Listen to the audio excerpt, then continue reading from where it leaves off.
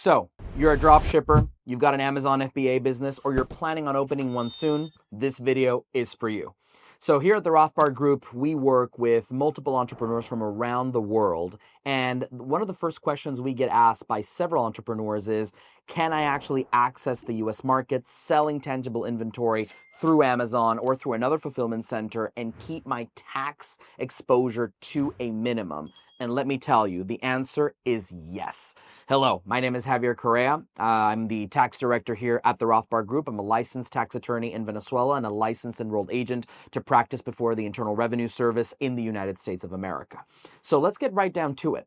Now, the Rothbard Group actually helps many foreign entrepreneurs and investors access the U.S. economy and the U.S. consumer market and U.S. financial infrastructure and U.S. everything, basically. Now, let's take a moment and think about your position right now. You are in the UK, you're in Australia, you're in Europe, you're in Canada, you're in Latin America. You have an ideal product, something that is truly mind-blowing, something that consumers love. And what you're thinking is, how in the world am I going to get this to US consumers? In many cases, maybe you're already sending those products to US consumers, but you're taking a big hit when it comes to taxes. And the local CPA in Little Rock, Arkansas is telling you, hey, there's no way around this. You have to pay insanely high amounts of tax. There's just nothing we can do. Well, let's take it back for a sec and analyze the entire situation.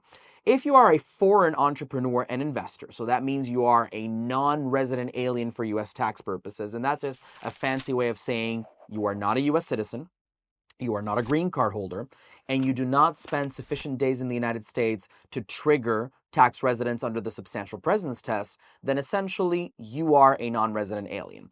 That means that as a foreign entrepreneur, aka a non-resident alien, you are only taxed by the United States on U.S. source income. In other words, for those people who are not U.S. persons for tax purposes, those people who are foreigners, they only are taxed in the United States on a territorial basis. If the income is sourced in the United States, there's U.S. tax. If the income is not sourced in the United States, but rather in a foreign country or a foreign jurisdiction, then the United States does not tax you.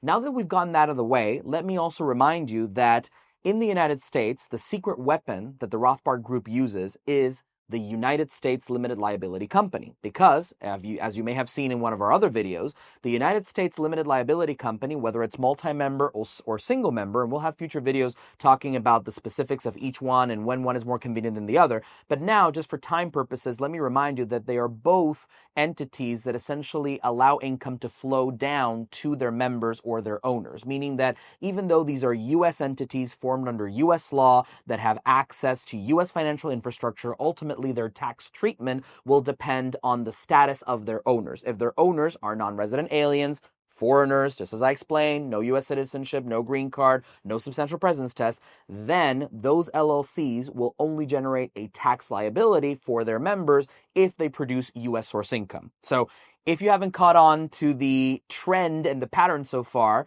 if you're a foreigner, the key thing to do here is, do I have U.S. source income? If I have U.S. source income, all right, it's not the end of the world. There are still some things we can do, but you're in a tighter, more difficult position. If you manage to run a business, even through a U.S. entity, structured properly, because not all of them work, but in many cases they can be structured to work. But if you have a business that generates only foreign source income, then you're in the clear. You're good. You have no U.S. tax obligation. Now that we've gotten that out of the way, let's take a look at what happens when you actually have an Amazon FBA business or a dropshipping business. When are you generating U.S. source income? When are you generating foreign source income? In other words, as a foreign entrepreneur, when do you have to worry about U.S. taxes and when do you not have to worry about U.S. taxes? Now, to better understand this question and to better, understand these cases under the scope of U.S. federal tax law, let's take a look at the two major categories of entrepreneurs that could be interested in an Amazon style or drop shipping style business. Number one, we've got our international merchants. These are clients of ours who, for example, buy inventory in China, they buy inventory in Turkey, they buy inventory in Switzerland, and then they want to ship it over to the United States of America. But the key thing here is that they are purchasing inventory and then they're reselling it to U.S. consumers. In many cases, they're buying at wholesale prices, reselling at retail prices, and you know how this works. It's basically merchant capitalism that goes as far back back as the lex mercatoria, the law of merchants, as we call it as lawyers and as I studied it when I was in law school. So basically what happens here, you're making your money off of the markup, you're buying low, selling high. In this case, the United States looks at where title passes, and that's a fancy way of saying when does the buyer actually assume the risk of these goods? I'm oversimplifying here, folks. Remember, this is just a YouTube video, but I'm giving you the broad strokes. Obviously, there's a lot of nuance to this, but generally speaking is, when does the buyer say, okay, these are officially mine? If they get lost, if they get damaged, if something happens, I assume this risk. That is, in a nutshell, what passage of title means. Again, a lot more nuance, but I'm oversimplifying here. So the United States government, the IRS, the Internal Revenue Service, is going to look at, okay, where is title passing in the case of these international merchants? If title of this inventory that was purchased and then resold passes in the United States, then is deemed to be U.S. source income. If it passes outside the United States, it is deemed to be foreign source income. So what does that mean in practical terms? If you have an Amazon FBA business, and again, you are completely foreign, you're a non-resident alien for U.S. tax purposes, you have no tax links to the U.S. other than the fact that you're selling inventory, you could be in a bit of a pickle. Because if you're storing your goods in a U.S. warehouse and you're selling those goods to U.S. consumers or even foreign consumers, as long as the title of those goods passes in the United States, meaning that when Amazon receives that order, takes the package from the warehouse and ships it out to the consumer, and the consumer says, okay, this is now officially my package. If it gets lost, it's my problem. That all occurs on U.S. soil. You have U.S. source income. And this is regardless of whether or not you have an office in the U.S., you have employees in the U.S., you have any other type of boots on the ground in the United States. I know, doesn't sound too good, does it? Now, there are two ways around this issue. Number one is if you're large enough and you can manage to make it work from an operational perspective, what we tell our clients is the practical approach is to have storage of the goods abroad. Now, if you can have a foreign warehouse, i.e. located outside the United States, that handles the goods in terms of when they are shipped out, and we structure your business. And again, this is where the detail really comes in here, folks. This is where you need somebody who is really a tax professional to look at your business and understand the nuances, because it's not as easy as just putting in the contract, hey, title's going to pass in the Bahamas or Mexico or China. The IRS applies substance over form. You have to look at the facts and circumstances of your business practices. This is careful tax engineering and architecture design here, folks. This is not something that your, Aunt Helen can help you with. This really takes a professional. But assuming you're able to do that, assuming everything is properly structured and your warehouse is outside the U.S., and you manage to make sure the title passes upon the moment that the good is actually shipped out, meaning that title passes outside of the U.S. when the foreign warehouse located in a foreign country ships it out to the U.S. consumer, you are generating foreign source income. You are usually very good to go. Okay, that's solution number one. And you're going to tell me, well, but Javier, I'm a small business. I can't go out and just rent or purchase a warehouse in a foreign country. Plus, it's difficult from a logistics perspective. Amazon just makes it easy. They process the payments. They handle everything for me. I mean, come on, man, help us out here. And listen, I'm listening, and there is a solution to this. Now, you might not potentially love the fact that it is not zero tax, but it is something that will allow you to operate using U.S. channels and also minimize your tax to a great extent. So if a foreign warehouse is not an option, you can always build a multi-entity structure whereby you have one entity that operates entirely outside the United States. And mind you, this entity can also be a U.S. LLC, but it can operate fully abroad, so fully internationally. It purchases the goods from the main supplier, because remember, in this scenario, we're only talking to people who actually buy inventory, purchase inventory, and then resell it.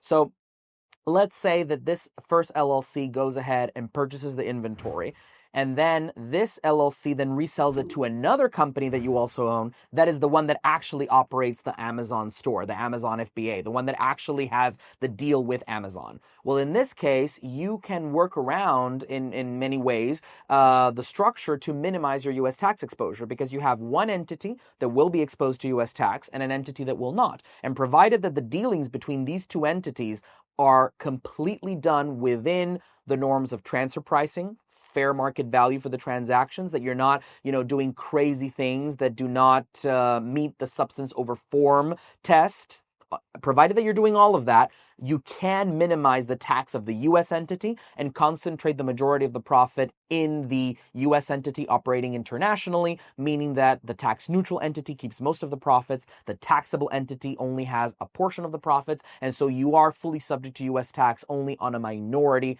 of your income in terms of overall percentage. So you are fully taxed on, let's say, 10 or 20% of your income. The other 90 or 80% is fully tax-free. Now, again, you have to look at the facts and circumstances of each case. I can't stress this out enough. Transfer pricing is important. You have to charge fair market value. These two companies have to deal and transact with each other as if they were independent third parties. There are multiple nuances to look at, but overall, that's the direction you can go in if, you absolutely need an Amazon FBA store, you need a fulfillment center or a warehouse in the United States. Now, let's take a look at another completely different scenario. Let's say you manufacture your own goods. Let's say that you tell me, well, no, Javier, I make my own wine, or I make my own computers, or I make my own t-shirts, or I make this, or I make that. And you actually control the production and manufacturing. In that case, you are in a bit of luck because under US rules, the sourcing of income related to the sale of inventory that you yourself produce, meaning inventory that is not purchased and resold, but rather manufactured, produced to be sold by the same person, that income is sourced to the country or countries or jurisdictions where production occurs. So in that case, as long as no production occurs in the United States, either partially or in its entirety, you should be good to go. Even though the goods are sold in the United States, title passes in the United States, you are in a position where you can fully say production has occurred entirely outside the US. I have no US source income. Therefore, I do not have any US taxable income as a foreign entrepreneur and investor. Now, you may say, okay, Javier, that sounds perfect. That's easy peasy. Well, let's take a look at a couple of things. When you have a traditional production business, as in you have a factory and you're manufacturing a physical good and you're shipping it out, it's clear enough.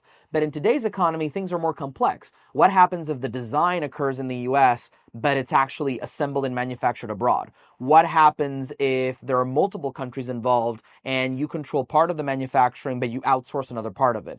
All of these things are questions that you have to ask yourself, and maybe you don't even know what questions you have to ask yourself. And that's where a professional team like the Rothbard team, tax professionals, can actually come in, help you, and assist you to build a correct business, to build a business that is compliant and that is also efficient from a tax perspective by asking the right question and doing proper tax engineering, not just simple tax compliance, but always within the framework of the law and always understanding that you have to act within the parameters that are allowed by U.S. federal tax law.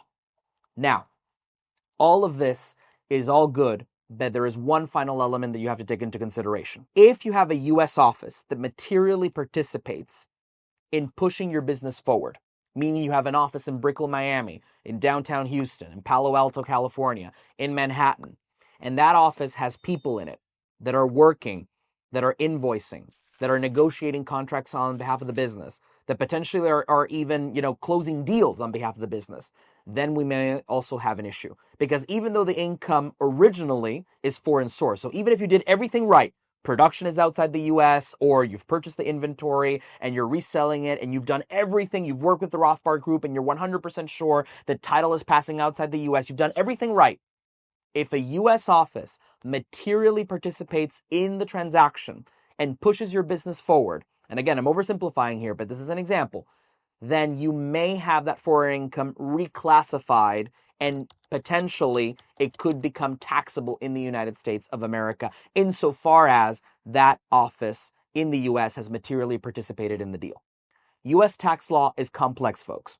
For foreigners, there are a lot of opportunities to enter the US market and potentially pay very low tax, and in many cases even pay zero tax, all while having US companies, US banking, US payment processing, US invoicing, even US mailing addresses, and a US image for your business. It is possible, but it's not easy. That's why a lot of people just don't do it. That's why a lot of people will simply say, oh, just do a single member LLC and be outside of the US and that's it. I'm not going to say anymore, because people are afraid of US tax law. Well, we're here, we're not afraid of US tax law. We help clients every day from Australia, from Canada, from the UK, from all over the world access the US legally, ethically, tax efficiently, and we help foreign entrepreneurs access the US market, which is the world's most powerful growth engine for businesses and entrepreneurs out there. So, if you want to learn and understand how your dropshipping business, how your Amazon FBA business can potentially benefit from a Rothbard Group bespoke strategic business development plan to access the US market, go to rothbardgroup.com. And until next time, this was Javier Correa, the tax director for the Rothbard Group.